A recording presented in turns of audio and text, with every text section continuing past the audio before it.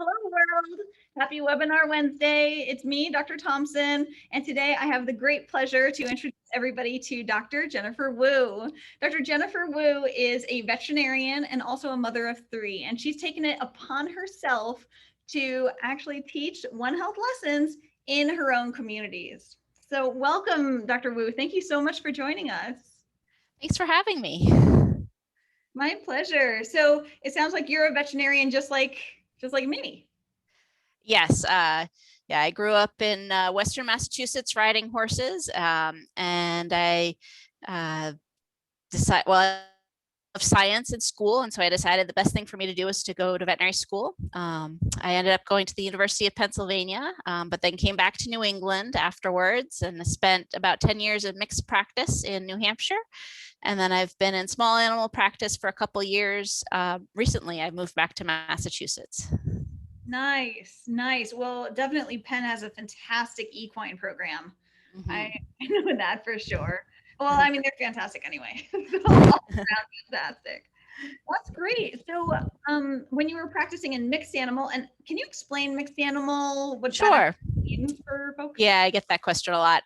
So in our mixed animal practice, we saw pretty much any species that walked through the door. I didn't really like to see snakes, so I didn't decline snake clients, but I did occasionally see lizards, and definitely saw a lot of horses and cows and sheep and goats, and there's a lot of alpaca in the area, so a lot of those things in addition to the general cats and dogs. So in the mixed practice, we just saw a lot of different species. We didn't always know what to do, but we knew the resources for finding out what to do if we had a species we weren't familiar with. So, so that's kind of how that went. Right. I totally get that. And when I have veterinary students shadow me, I'm like, there's no such thing as cheating. And after you graduate, like, you can call a specialist and ask for advice, right? Exactly. Yes. Yeah, it's nice. And about the snakes, I remember for the North American board exam, I had 5 snake questions on that exam. Wow. I don't remember any snake questions, but plenty of pig questions. But plenty of pig questions, that's for sure. That's awesome. So it sounds like you're a mother of 3 and you're a veterinarian. Your life must be very full of lots of things. You must be incredibly busy. Yes, that was part of why I moved away from mixed animal practice. Just having 3 kids and being on call all the time was a little bit more than I could handle, but I loved it. I loved seeing all the different species, and my kids, my oldest, grew up coming to the veterinary clinic with me. And she made friends with one of the alpacas that was a long-term patient. So that was a really great experience for her. Working with alpacas when I did. I was this close to being a mixed animal vet. I was this close. And then I got kicked. And then I'm like, wait a second. Wait a second. I don't know if I want to risk my life on this. Yeah, that's another story for another day. Yeah. So the first time we were chatting by email, we were chatting about the opportunity of bringing a lesson from One Health Lessons into your 6th grade, the classroom of your 6th grader. Yes. So my 6th grader has elected to do remote schooling this year, and her teachers are absolutely fantastic. And so I actually learned about One Health lessons from the zoonotic and One Health call that the CDC does about once a month. I happened to catch it whatever month it was you were on. And I said, I think the 6th graders would really enjoy that. And so I presented it to her teachers, and we got the whole class together. They're split up into different sections, but we did everybody, and they really enjoyed it. They were great participants. They all had lots of ideas about everything, and they had tons of questions afterwards. We ended up spending about an hour and a half on One Health. So it was great. That's awesome. Did anybody hear about the term One Health before you actually got there in the virtual classroom? I don't think that they had. I had to explain it to the teachers beforehand. And I thought I had mentioned it to my daughter previously, but she didn't remember if I had. So yeah, so it was definitely a new concept for everybody, but they really seemed to enjoy it. And there was another student who had a veterinary parent, so she kind of got the idea, but they all really seemed to enjoy it. Awesome. And so just for our viewers, what is sixth grade? Like what age group is the sixth grade? The sixth graders are, for the most part, 11 and 12 years old. Okay. So in general, for 11 and 12-year-olds, do you feel like their attention span is really long or kind of condensed? I would say in general, pretty condensed. Certainly, so my other kids are younger, and my sixth grader has a longer attention span than her younger brothers, of course. But it's still, they generally break up the day into 30 or 40-minute chunks. And that's about all the sixth graders can handle. But they were really into this lesson, the way it was presented. It was, it really kept them engaged, having things to respond to all the time. And then they really enjoyed the word games. They thought that was a lot of fun. So do you have a background in teaching, or like what got you to be like, okay, I could do this? I do not have any background in teaching, but I have been going into my children's classrooms, since they were little, mostly doing, reading aloud to them. And my daughter still remembers when I went into her daycare when she was 3 and presented information about being a veterinarian. And then I love the local libraries. I've gotten involved in both places I've lived in giving presentations to kids at local libraries. So I enjoy it. I'm not a teacher, but I have a sister who's a teacher, and I have a niece who's also a teacher. And actually my mother was a teacher and my father was a professor at college. So I guess it runs in the family, but I was more the science person and wanted to go to veterinary school and that sort of thing. Oh, cool. And when you presented this idea to the teachers, what was the reception? The teacher was really excited about it. They're really interested in having parents, bring different ideas to the classroom, and they had 2 teachers kind of co-teaching this class, and both teachers were really excited about exposing the class to new ideas and getting them excited about science. Nice. And is this school, you said it was a remote school, is it in Massachusetts, in the United So States? it's just our local public school. We're in a school district that encompasses 3 separate towns. And so with COVID, they had a hybrid group. So kids that would go in 2 days a week, and then be at home for 2 days a week. And then they had a fully remote group.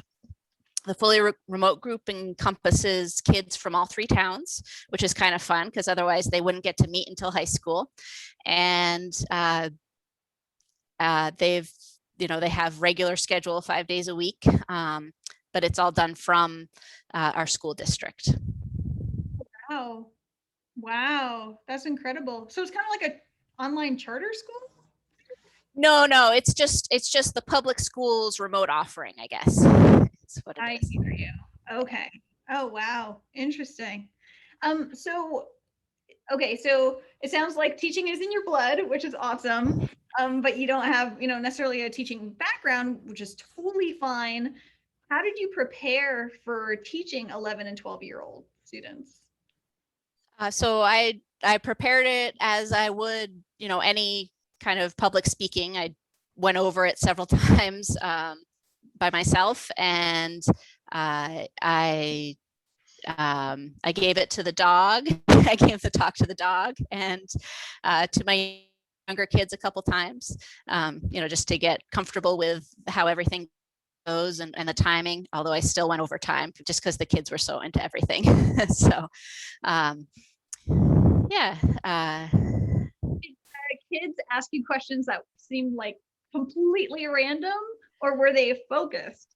Because sometimes I have really interesting questions. Yes, I had one kid asked me actually a question about snakes. um, he asked if water snakes, if we had to worry about getting bit by a water snake because it would, you know, cause a problem. And I said, well, the physical trauma would be a problem, but I don't think they're venomous around here. And another kid knew the answer to that and said, no, they're not venomous. So In Massachusetts. in Massachusetts, yeah. Even in other areas of the world, right? Yeah. Wow. Wow. Okay. And you're like, okay, that's out of left field. And then you just Yes. kept going, or like did it stop you in your tracks, or No, we talked about it and then we just kept going to the next thing. awesome. And you mentioned a word game earlier that the kids seemed to like. What did they like more? Did they like the tongue twister or the fill in the blank? What was more? They liked the tongue twister, but I think they liked the fill in the blank more. They really had fun coming up with different sentences. They had kind of in-class jokes, it seemed like, with specific words and phrases that they used in class that reminded everybody of something that was funny. And so they incorporated that into their fill in the blank sentences. So I think it was fun for the class to kind of have those shared experiences to bring to the table when they were doing the word game. Awesome. And what did the kids think of the video about the sneezing? They liked it. Yeah. They liked it a lot. Yeah, it sounded like they all had some experience with Mythbusters beforehand. But we got a couple of ews and gross and that sort of thing, but they really seemed to enjoy it. Right. I love that. Before starting the video, I'm like, okay, guys, this is a fake color, it's food coloring, and it's kind of gross, but do you want to see a gross video? And they're like, yeah. I want a gross video. I'm like, whatever, okay. Yeah, I do think that age group likes gross videos. I think so too. The winner. Yes. Awesome. So do you plan to teach more sixth graders? What's your thought? I actually do. My sister teaches middle school science, and she has a class of sixth graders and a class of seventh graders. So I plan to present to both of those. And then my niece has fifth graders in her classroom. I'm hoping to hook up with her. I'm also going to present it to my son's first grade class and later this week, which I think will be a little different, but it's a small class, so it should be fun. Nice. And so you'll just use the 6 to 8 year old lesson and then Yes.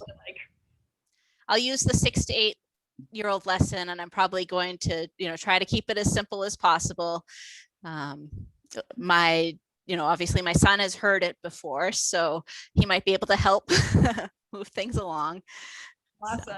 And for the viewers, what's the age group for first graders? 6 and 7. Yeah, I've heard people say that they've actually used the 6-year-old lesson for their 4-year-old. That's completely impressive to me. It is, yes. Not it for 4-year-olds, but well done, whoever is brave enough to do that. Yes. That's awesome. And then when it comes to the teacher for the first graders, for the 6 and 7-year-olds, was that person excited too, or did you have to kind of? She was very excited. She said to me that she really enjoys having parents come in and help teach, and she was excited about having anything for the kids. She's very open to different ideas. So no, she was very excited. Great. It reminds me that there's a Crayola activity for One Health that was based off of this lesson. Oh, okay.